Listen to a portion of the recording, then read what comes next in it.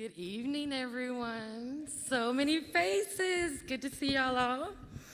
So thank y'all for joining us tonight in celebration of Juneteenth for Exceptional Measures, a Durham County Library Humanities event supported by our lovely Durham Library Foundation. The United States celebrates Independence Day on July 4th as the day the country was freed from the British. But it's painfully obvious not all people were freed in 1776. And true independence for our country had yet to be accomplished. Observed in various parts of the United States since 1865, Juneteenth is a holiday that celebrates the emancipation of African American slaves. Even though the Emancipation Proclamation was made effective in 1863, freedom for all enslaved people did not happen overnight, not over the next few months, not even over the next 2 years. The proclamation only applied to states that had seceded from the Union, leaving slavery untouched in the loyal border states. It also expressly excluded parts of the Confederacy that had already come under Northern control. And key to it all, the freedom it promised depended upon Union military victory. And let's be real, they didn't have Facebook, couldn't nobody tell them what was going on. So even with the Emancipation Proclamation, we were still not a nation of free people. It wasn't until over 2 years later in Texas, on June 19, 1865, that more than 250,000 enslaved people were notified they were free by executive decree. This is the day that became known as Juneteenth to the newly freed people, a combination of the words June and 19th. The next year, the people of Texas celebrated Juneteenth, their true Freedom Day. Since then, the fight for fairness, equity, safety, and equal freedom has continued at great cost to people's lives, families, and their humanity. Since that day in 1865, the celebration of Juneteenth has expanded across the United States and is celebrated in various communities in reverence, recognition, and honor of the day the enslaved people in Texas were told of their freedom. So tonight, in celebration and respect of this important holiday, we have brought you a stellar lineup of exceptional artists whose different art forms all have roots in African American and American culture and history. Not only are their art forms connected to the history, each artist in their everyday efforts expressly work toward bringing awareness of the connections and building this very community. Tonight, you will first hear the profound spoken word of Dasana Hanu, a public speaker, organizer, curator, educator, poet, spoken word artist, and songwriter, and I didn't even list them all. He is the co-founder and managing director of Black Poetry Theater based right here in Durham. He is a founding member and coach of Durham's own Bull City Slam team with regional and national competitions under his belt. The list goes on, and I can't blink an eye without seeing another post of something he's working on. You can read his work in his publications such as Shackled Freedom and Everything Worth Fighting For. Tonight, when you hear the metaphors and analogies of his work, it can be reckoned back to a time when enslaved people weren't allowed to speak, read, or write freely and communicated in coded metaphors. To when metaphors were used to communicate routes to freedom, or perhaps connected back to the speeches of civil rights leaders such as Martin Luther King Jr., who used metaphors such as battered by the storms of persecution and invigorating autumn of freedom and equality. There are multiple connections between the history and spoken word, and I can't wait to hear what he has to share tonight. Following Dasan, we will hear the exceptional country music of artist and 2022 Grammy nominee, Reese Palmer. In 2007, she released her self-titled debut album, becoming the first African-American woman to chart a country single since Donna Mason in 1987. That's a 30-year gap, y'all. She had performed across the country from the White House to the Grand Ole Opry to New York's Lincoln Center, and her accomplishments too are far too many to name. Most recently, she began her own show titled Color Me Country when she decided enough was enough and it was time for country music to know where it comes from. She brings to the forefront the Black, Indigenous, and Latinx history of country music that has for far too long been excluded from the spotlight and mainstream airways. An instrument such as the banjo, which for many of us is associated directly to country music, has its roots in traditional African instruments, and that's just one of many examples. The creation of country music is indebted to African and African-American traditions, sounds, and instruments. Reese Palmer has made it her mission to work towards bringing this to light, and these contributions that have been made to the art form, and I feel lucky to be here for her performance tonight. Lastly, to wrap it all up, we'll experience the traditional African dance of Durham's own African American Dance Ensemble. With the mission to preserve and share the finest traditions of African and African American dance and music through research, education, and entertainment, the ensemble celebrates traditional African culture, aesthetics, and values as resources to encourage cross-cultural understanding. A valuable cultural resource in Durham, the African American Dance Ensemble works to make a difference in the community by using dance and music to bring awareness to the inequities in our community and through art create positive change. Their performance tonight provides a direct view in traditional dance and music that has influenced many art forms and forms of expression over time. So at this point, I've definitely talked too much. Wake back up, stop glazing over. It's time to see what we all really came to see, our exceptional artists. So I hope you enjoy and that you'll continue to explore the history behind Juneteenth and that you'll try to make a contribution in any way you can to be proactive in our community and not just talk about it. Enjoy your night.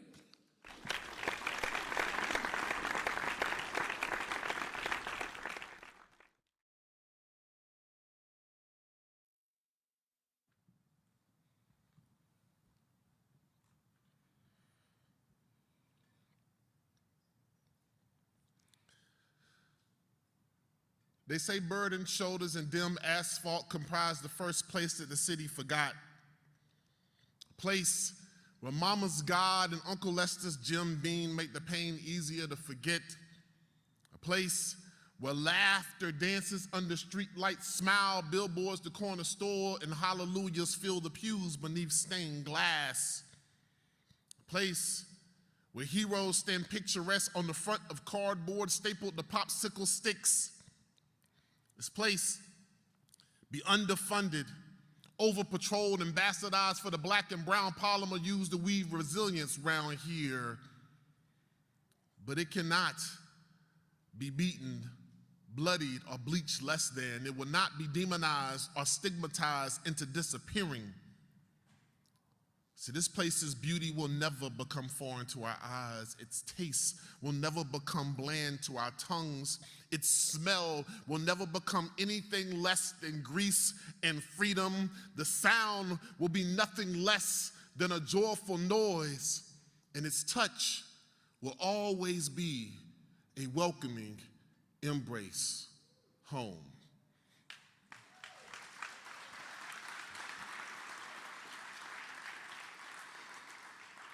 My people, Bull City, Durham, North Carolina, how are y'all doing? Y'all doing all right? That's the energy I'm talking about. That's what I'm talking about. My name is Desana Hanu, and for just a moment, I'm going to take you on a little bit of a journey here through some feelings, through some emotions, through some things. And I appreciate to have such a beautifully diverse audience here today, but I just want to let you know that we're going to go on a very black journey.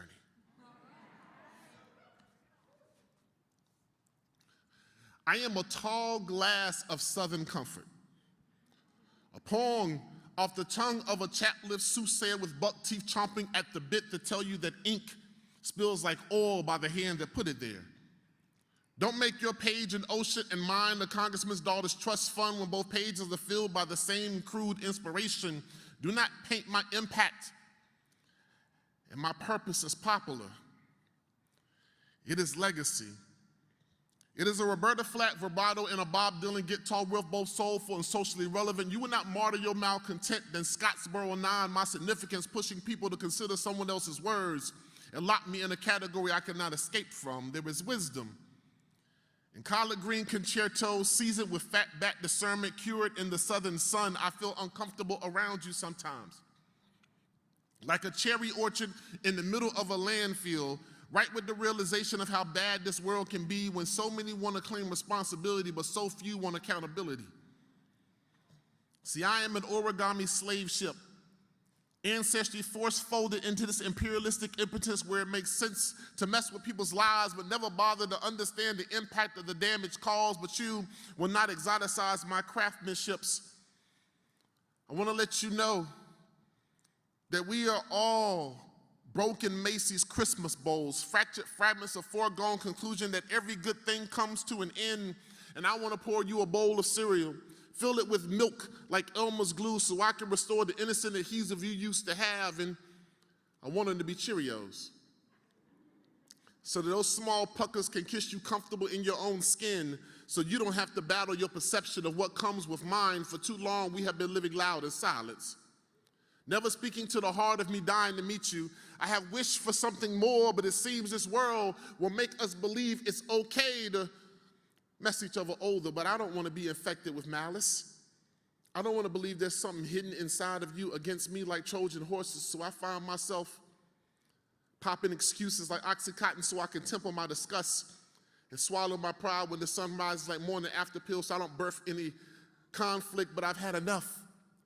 I have decided to let my poems fight. I have nicknamed my pen Emiliata Zapata because it's better to spit on your feet than live on your knees. I am a sycamore, with metaphors like strange fruit dangling from my tongue, the label around my neck, Southern black poet, like an albatross, but I grow wiser and I grow stronger, y'all. See, I am Lena Horne's Rasper Revolution. I am Josephine Baker's underappreciated brilliance.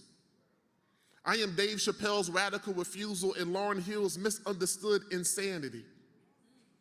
See, I am the paintbrush of Ernie Barnes and the brilliance of Andre Leon Talley. I am Kanye's ego and Jay-Z's business acumen. I am Ginsberg's late night indulgences and Norman Rockwell's perfectly painted paradox. And I am here, and I am a poem, and I am just like you.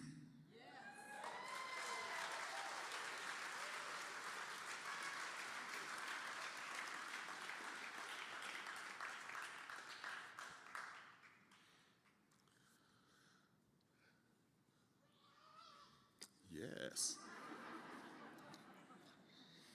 That's what I needed right there. I was getting ready in the bathroom one morning, and I noticed something dangling, suspended to my left, a few inches above the toilet. My eyes focus, and immediately I tense up. It's a spider. Now my heartbeat quickens, and I start to get a little bit frantic, and I scan the room to figure out how to swiftly eradicate this threat. I settle on a moist paper towelette. It's encompassing clean. I can grab, squeeze, and throw it away with no remorse. It's perfect. Now, I do consider letting it be for a moment, wondering if we can cohabitate in this house without violence or disruption. I think of a family, you know, little cretins waiting for daddy to come home. Funny how it's always a daddy, like mama couldn't have spun as functional of a web, like mama couldn't have made this same trek with as much diligence and determination, but my patriarchal sense of compassion was shorter than an Animal Planet commercial break. It had to die. Now, I'm afraid of spiders.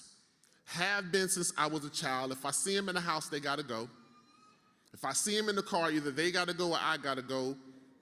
If it gets missing before I find it, the car gotta go. There are no other options. If I see a spider on the outside of my windshield, I wonder if I have to get out because I worry about sneak attack. Now, this fear means that the spider can never survive. It doesn't matter that I'm bigger. I've seen National Geographic. I've heard about spider bites. Hate running into webs. See them everywhere. Wonder, God, they gotta be there, you know, outside. There are no other options. I've seen Spider-Man. I know what contact with them can turn you into. Now, it's funny though, I only kill them in places that I am, places I claim authority over, places that belong to me. And I don't care what kind of spider it is. I don't need to know its background. I already know that there are dangerous spiders, and anyone that I see fits the description. Now, I don't normally look to kill things. Well, maybe bugs that don't look like me or look like anyone that I love or care about. Those are other things, and I hate spiders the most. Some say there are things that they take care of for us that we don't like, but I don't care. They need to know to comply and stay away. I've never been bitten by a spider. never been attacked, even though I call it that when I run into its web, destroy its neighborhood, disrupt its work, its life. I've never seen a spider in a menacing pose just look scary, just look like danger.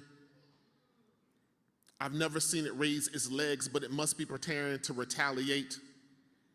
I've never let it know I was there, but it has to know I am. I've never given it rights, just considered my survival right and just. Time is of the essence. I consider it a life of death situation.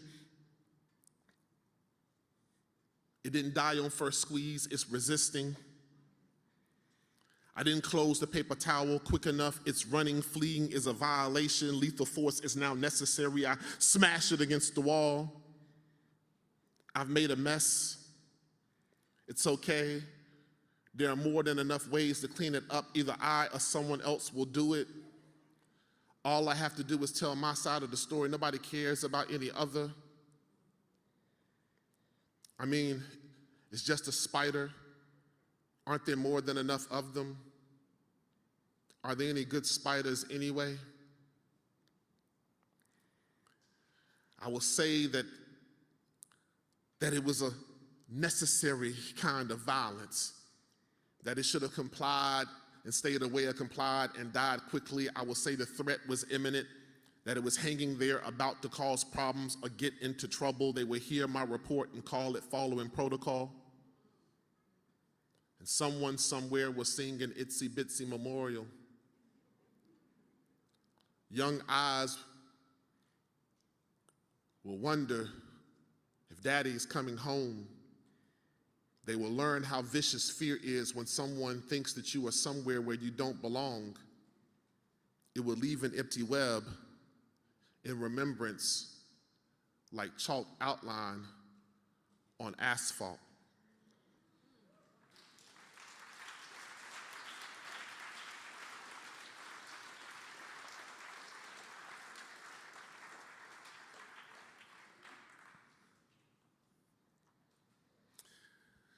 Now, one of the things I have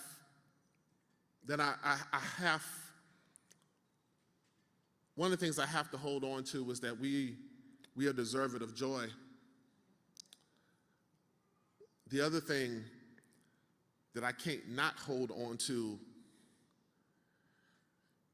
is how amazingly powerful and beautiful we are, and how an obstacle is nothing more than another opportunity for there to be a testimony of our resilience. And in the midst of all of the things that were happening as we have struggled through the last couple of years, I felt like that I needed to write a particular love letter to my people. And this is that.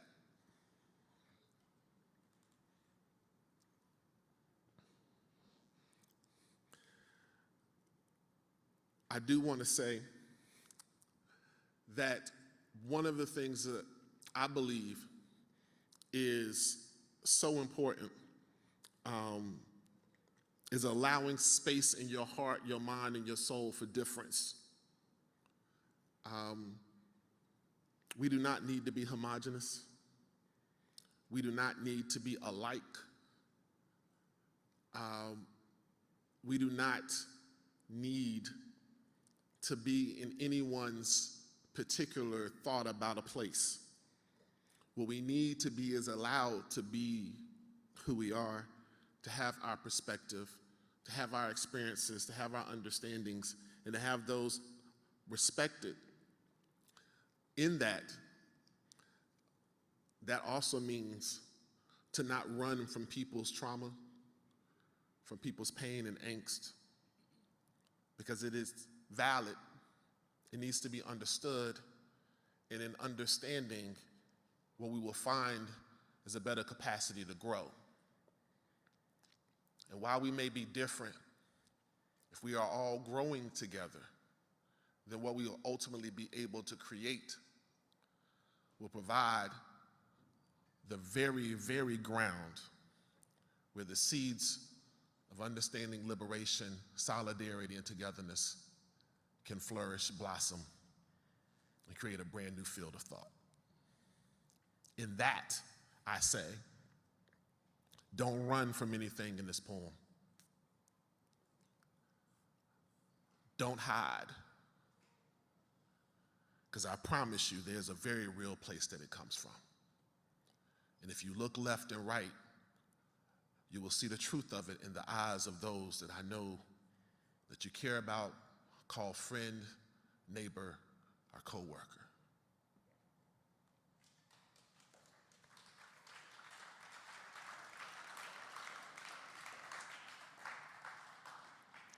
To my people of ash and soot, we know fire.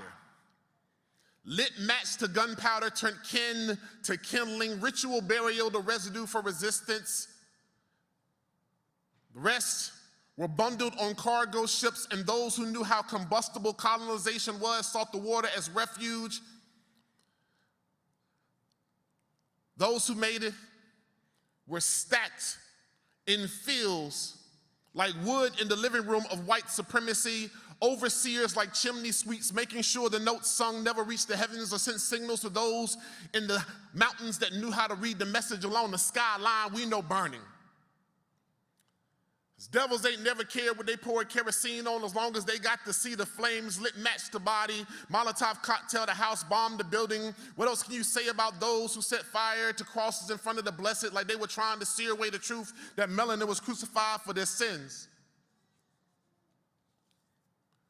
We know ash and soot can script prophecy in the smoke, see the deadening as the promise of renewal. Know we got a covenant with the earth, and it will always help us turn desolation into ceremony. We just got to give our incandescent dreams back to the mother who helped inspire them. Sit at her feet as she teaches us to cook a phoenix from scraps and lay spread new hope like Resurrection Sunday. Because ain't we the ones who found glory in the clearing and turned that into a church? Then everywhere we are is a sanctuary, every breath is a gospel. We get so dressed up on Easter because the ongoing will to rebuild deserves celebration is coded affirmation.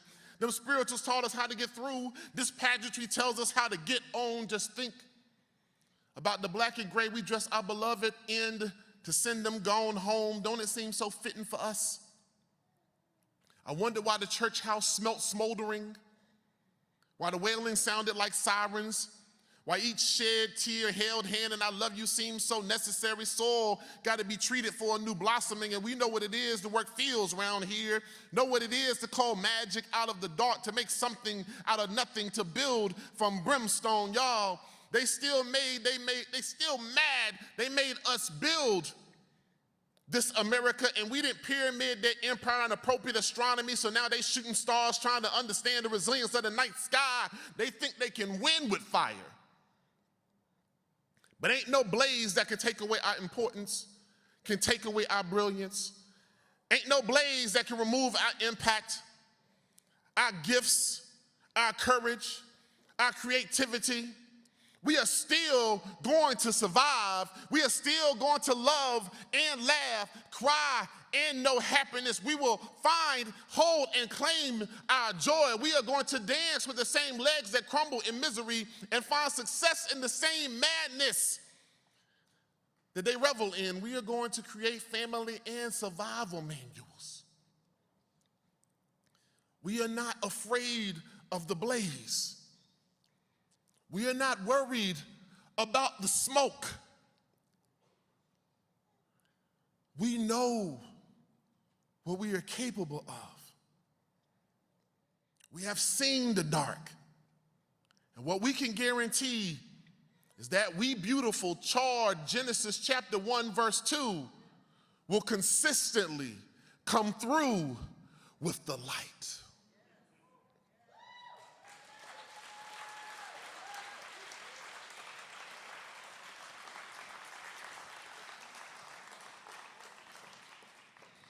I'm going to get out of your way. Thank you so much for being here, for supporting this, for supporting the library. Continue to support these places, these institutions, because they provide such a valuable service. I've had the pleasure of being able to get around and kind of connect with some of the folks who work with teen services and a few of the libraries, and we have these places in our community that are necessary. So before I go, I just want to take just a minute and a half to just make sure that at the midst of all these poems that you are real sure about who it is up here on this stage. And I give grace to my family, my mother, and my father for bringing this black body into this world. And I also give thanks, some of them I'm pretty sure out there in the audience, to my community for helping me to understand what this black body means and what this gift can do. I am Von Doris's and Bethola's blessing, product of below the Mason-Dixon line in the south side of the city. Hold true to the fact that we are everything that we need. See, I was shaped by black exceptionalism, influenced by working class idealism, and raised by a black woman's resolve. I stand for great speeches, beat drops, and my date's arrival. Recognize that the thumping inside of your heart is just a reminder that there is so much more work to do. See, I am the well-mannered example that wrote his way dangerous, a fashionable laborer intended to show you how to work all these hats I wear better. I am part sweet potato pie and pearl handle 38, part moonshine and the brilliance of a pastor in a Sunday sermon. I am a gallon jug of kerosene daring you to light the match. See, I'm smart enough to rebel, but so beautifully rebellious I can convince you to accept it. I am a mother's prayer. I am the product of Big Mama's work to make sure that her blessing can see another day. And I am the steps towards a tomorrow that I know will one day happen and will allow us to truly say that we won. Thank you.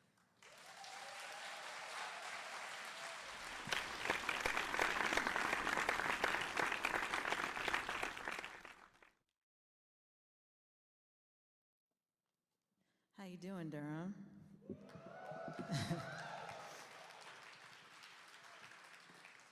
I am very, very happy to be playing in my backyard today, so this is nice. Thank you to the library for having me, and this is Charles Newkirk.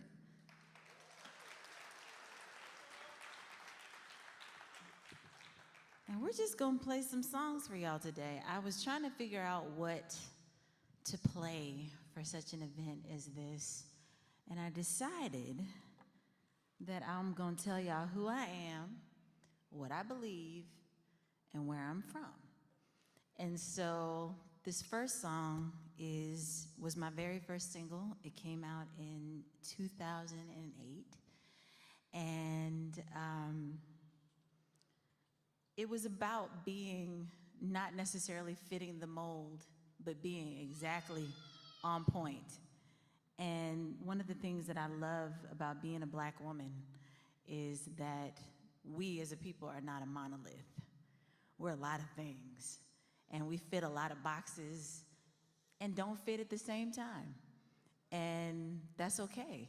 And we do it with style. And so that's what this song was about. And I think that's why it resonated. And so this is called Country Girl.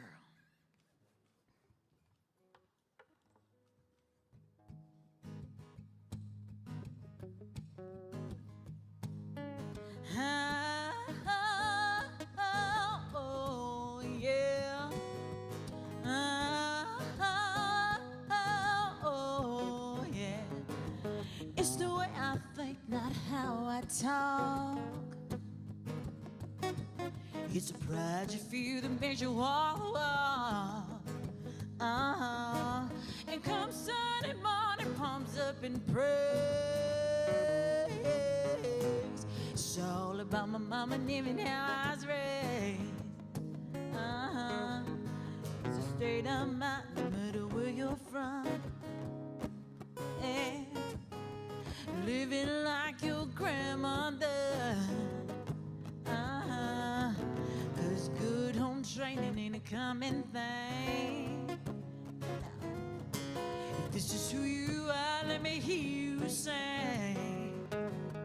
Hey, hey, you don't have to be a Georgia peach from Savannah Beach to say it. From Arkansas to appreciate a Southern drawl. Don't need no kid from West Virginia to have it in ya. Show the world you're a country girl. Oh, yeah. See, I'm the kind of girl that says it with a smile. Oh, yeah. That's sweet as molasses down home style. See what you might call real corn-fed. Oh, yeah. I'm a country girl born and bred. It's a state of mind no matter where you're from. Yeah. Living like your grandma done. Oh, 'cause good home training ain't a common thing. No, no. If this is who you are, let me hear you sing. Hey, hey, you don't have to be a Georgia peach from Savannah Beach to see, yeah. From Arkansas to appreciate a Southern drawl. Don't need no kid from West Virginia to have it in ya. Show the world you're a country girl.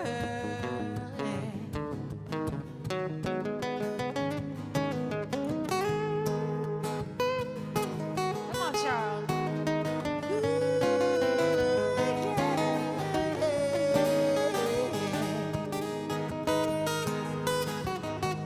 All right, ladies. Y'all ready? Here we go. Ladies, if you understand, let me hear y'all clap your hands. If you hear me and you know you're bad, let me hear y'all clap your hands.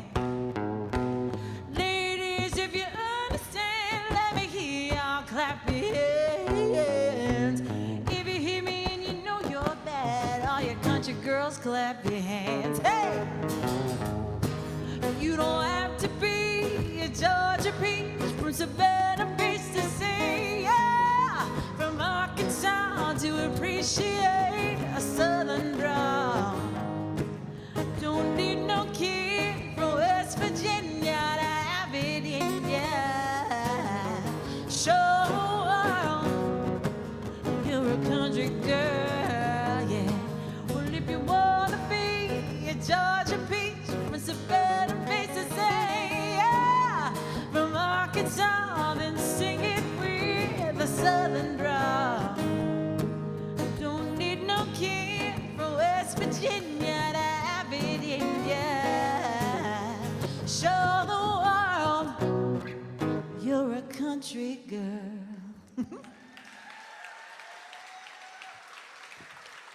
Oh, shoot.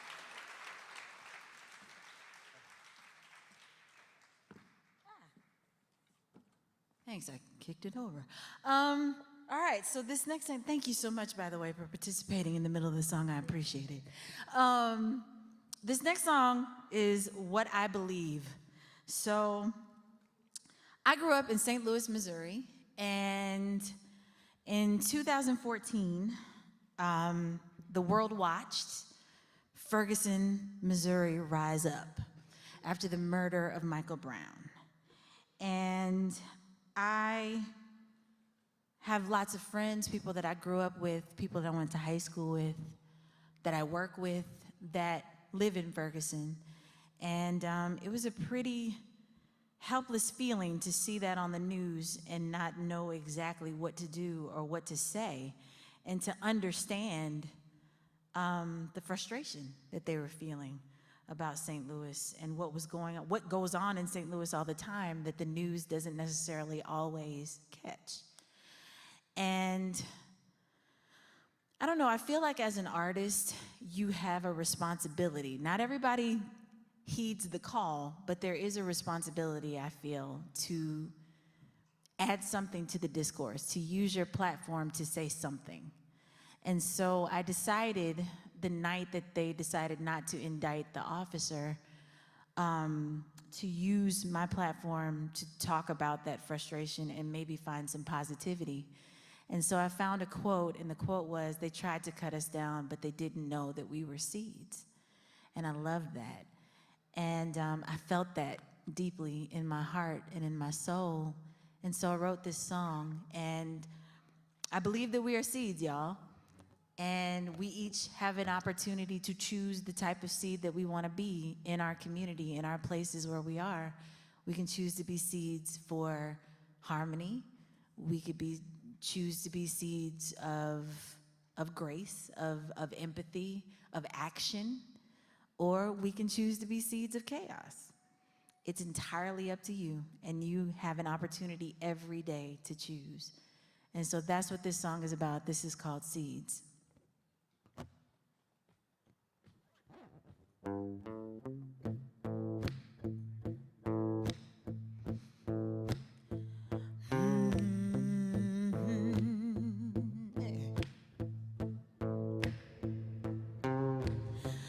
Brothers and sisters, don't believe what you've been sold. They can bury your body, but never touch your soul. They built you a prison, locked up your mind, made you think you're nothing, and filled your head with lies. Can't act too free, act too proud, shine too bright, speak too loud. But when they come to cut you down, that's when you gotta stand your ground. When they bury our dreams, we push them up through concrete. We growing where they can't see. These roots run deep, 'cause we are seeds. When we rise up, no weapon can stop us. No wall can block us.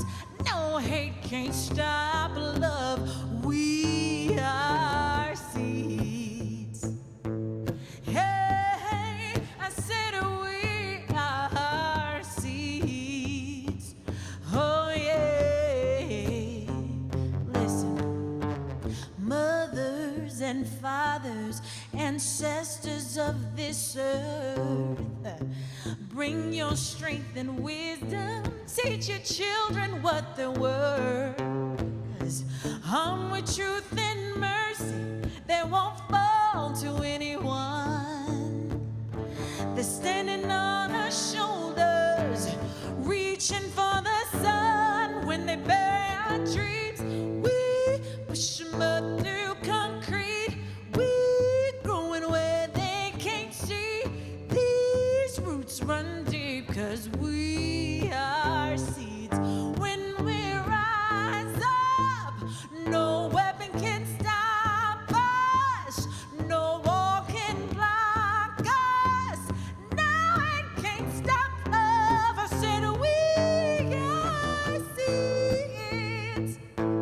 Hey, I said we are seeds.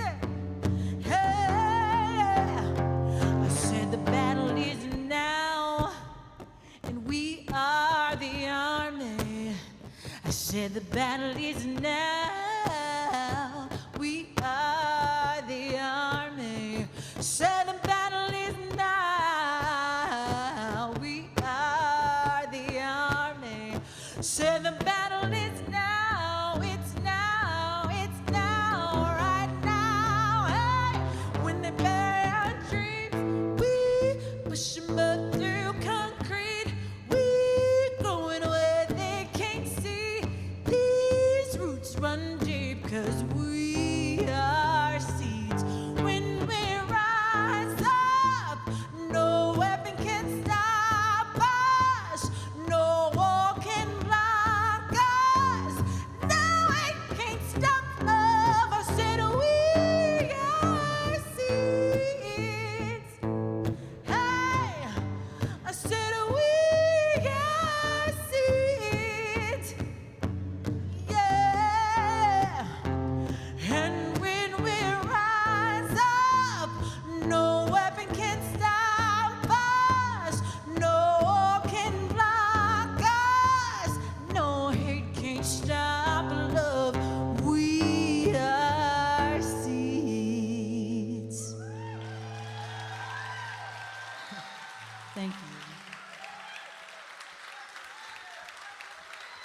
Thank you so much. Thank you.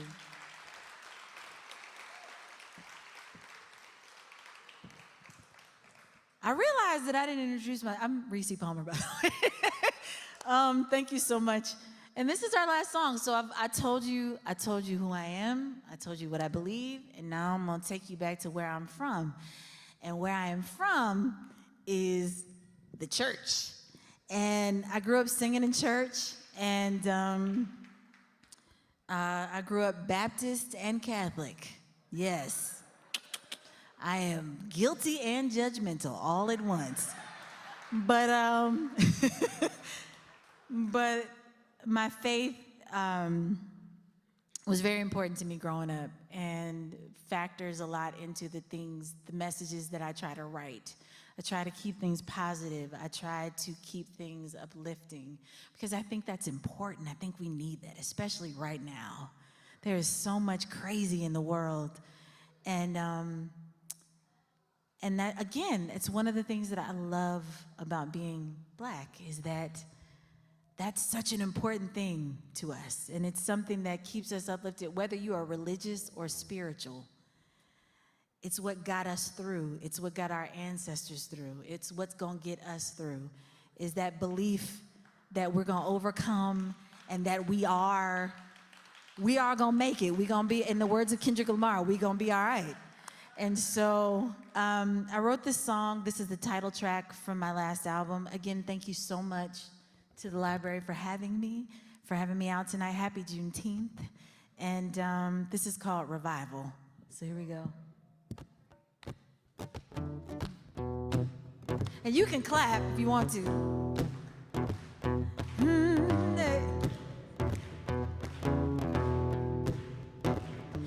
Trapped in darkness, waiting for the light, cold and heartless, there's something ain't right, no more empathy for our fellow man.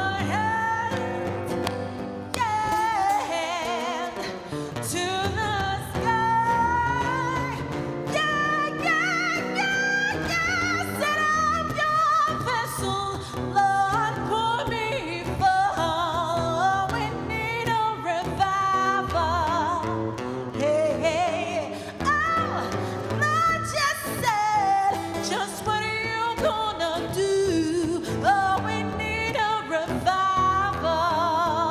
Yeah. How we get so confused. Lord, we're lost without you. Oh, what a world is starving for the truth. No hope left. Yeah, it's life or death. Oh, we need a revival. We need a revival. Lord, we need a revival. We need a revival. We need a revival. Thank you so much, y'all. Have a wonderful night. I'm Reese Palmer. This is Charles Newkirk. Y'all have a good night.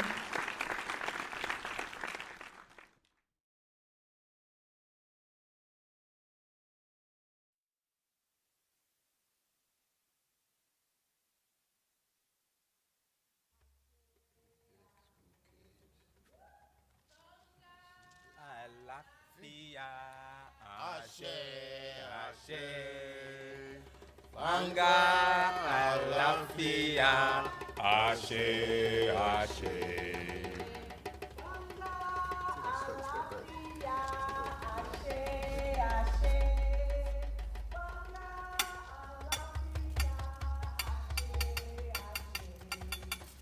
Banga, Alafia, Ashe, Ashe. Banga, Alafia, Ashe, Ashe.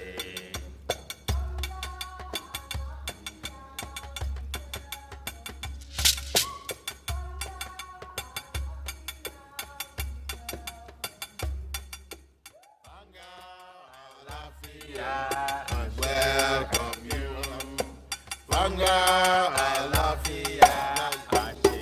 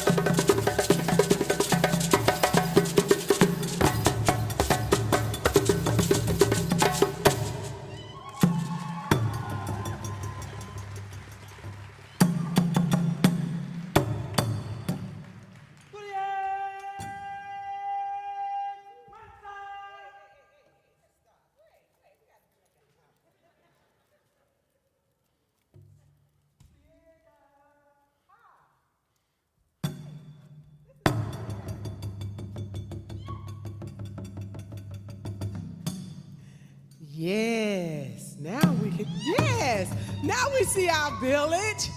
Hello, everyone. Yes, so welcome, welcome.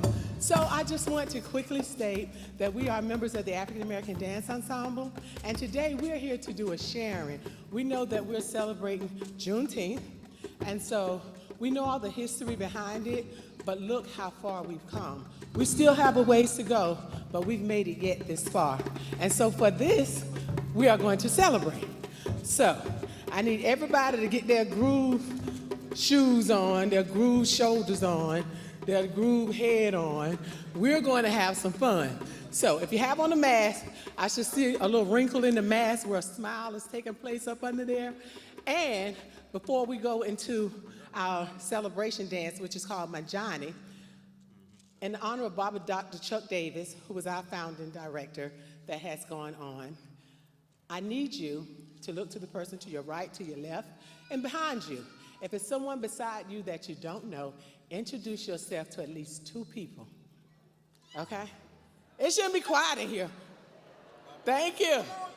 Thank you. So when we leave, we got a whole village of family members that we're gonna know. If you have to get up and go across the aisle, that's fine too, okay?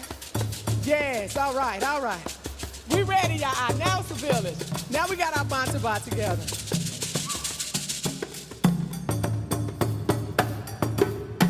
Woo!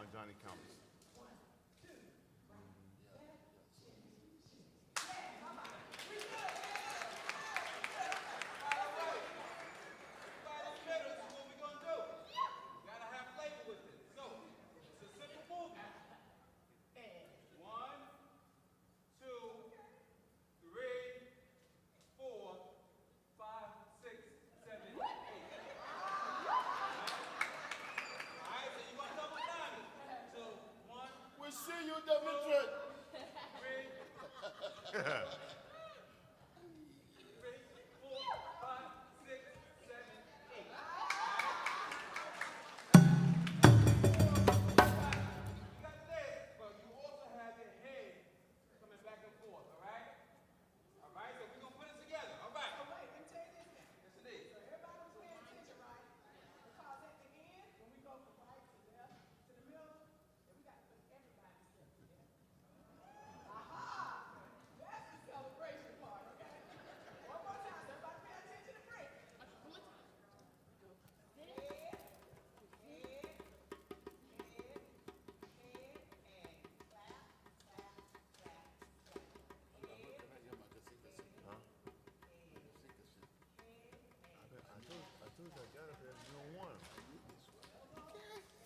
I can't find this no more.